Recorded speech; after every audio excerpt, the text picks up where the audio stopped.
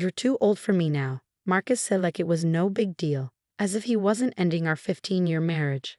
I stood in the kitchen, gripping the counter to steady myself.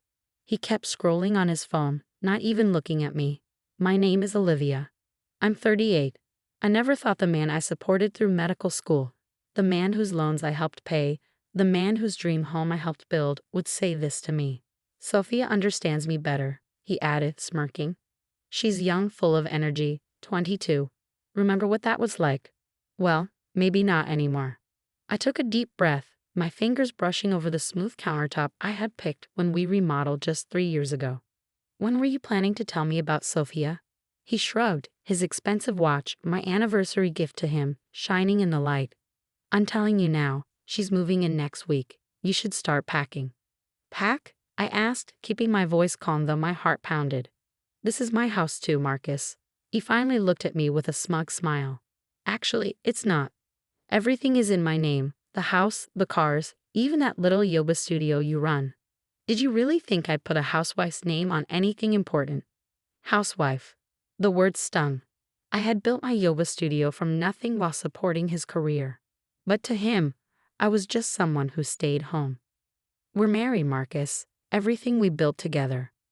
About that, he interrupted, straightening his designer suit. I'm not signing any divorce papers. No official divorce means no property split. Simple as that. You can leave quietly, or I can make things hard for you. I watched him walk toward his bedroom, my mind racing. What he didn't know was that 3 months ago, I found a receipt for a diamond bracelet I never got, along with a hotel booking. That same day, I met with Diana Torres, the best divorce lawyer in town. Oh, Marcus called out, don't bother trying to access our accounts. I already moved everything. You understand, right? Can't have you getting emotional and doing something stupid with my money. Is money. I almost laughed at his arrogance. Instead, I pulled out my phone and sent a text to Diana. He finally told me, go ahead. That evening, I sat in the home office while Marcus packed for what he called a medical conference in Miami. We both knew Sophia would be there, probably already wearing that bracelet. Don't touch anything while I'm gone, he warned. The security cameras are recording. I'd hate to press charges if something goes missing. I nodded, looking at a framed photo of us in Greece 5 years ago.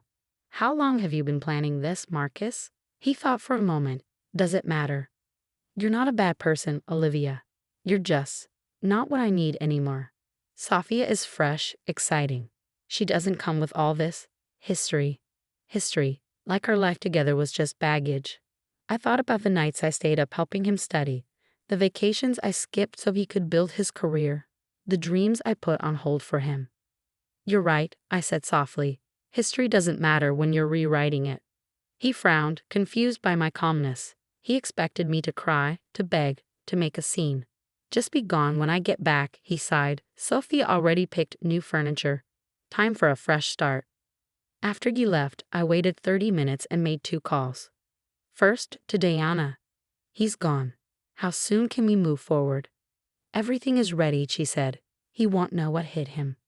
Second, to my brother James, a forensic accountant. Hey sis, he answered. Let me guess. He finally made his move. Exactly as you predicted, I said. What have you found? James chuckled. Oh, Olivia, you're going to love this. He's been creative with his finances. The IRS will be very interested. I ended the calls and walked through the house, our house, touching the walls, the furniture, the life we built. Marcus thought he was smart, keeping everything in his name, pushing me out without legal divorce. But he didn't know I had spent the last 3 months gathering everything, proof of his affairs, his secret accounts, his shady financial moves. Diana had built an unbeatable case. James had traced every penny he tried to hide. My phone buzzed. A text from Marcus. Landed in Miami, remember the cameras. Don't make this harder than it needs to be. I smiled. Those cameras, they had been recording more than he realized. Have a great conference, I replied. Let him think I was defeated. Let him enjoy his weekend with Sophia. Because on Monday morning, everything would change. I poured myself a glass of wine, opened my laptop, and reviewed the files. 3 months of careful planning were about to pay off. Marcus thought I was a helpless housewife. He was about to learn just how wrong he was. Monday morning came with a thunderstorm, matching my mood perfectly. I sat in Diana's office, watching raindrops slide down the window as she spread documents across her desk. The cameras were a gift, really, Diana said, playing a video on her laptop. There was Marcus in his home office, telling Sophia exactly how he planned to hide money and avoid divorce. He was so focused on watching you, he forgot he was recording himself. I shook my head, remembering how proud he looked when he installed them. What time does his flight land? About an hour ago, Diana checked her watch. He should be walking into his office right as the papers are served. We included everything: videos, bank records, proof of his affairs. Let's see how he explains this to his hospital board. My phone buzzed. A text from Marcus. Made it back safe. Where are you? The house better be empty. Before I could reply, another message popped up. What the hell is this? Why am I being served papers at work? I silenced my phone and turned back to Diana. What happens next? She pointed to highlighted sections of the documents. His financial fraud is serious. Your brother found proof that he hid money in secret accounts and lied about his income. That's not just a divorce issue, it's illegal. And the house? Diana smiled. That's the best part. Remember when he asked you to pay for renovations from your own account? That proves you have a legal claim to it. He can't just throw you out. My phone kept lighting up with messages from Marcus, each one more desperate. This is ridiculous. Call off your lawyers. You're making a huge mistake. Think about what this will do to my career. Diana smirked. You should see what's happening at his practice right now. The hospital won't like this kind of scandal. Right on cue, my brother James called. Sis, you won't believe this. Marcus just tried to access his offshore accounts. They're frozen. He's freaking out. I put the call on speaker. And guess what? James continued. That Miami trip with Sophia, he paid for it with hospital funds. Claimed it was a medical conference, but the only thing being treated was his champagne bill. Diana nodded. We need to act fast. He'll try to delete evidence once he realizes how bad this is. But don't worry, we already have everything saved. What about Sophia? I asked, thinking about his young mistress. Diana shrugged. She's in for a surprise. That bracelet, the car, the house he promised, all bought with stolen money. She might need her own lawyer. Just then, my phone rang. An unknown number. I answered. Your husband said we'd be living in luxury.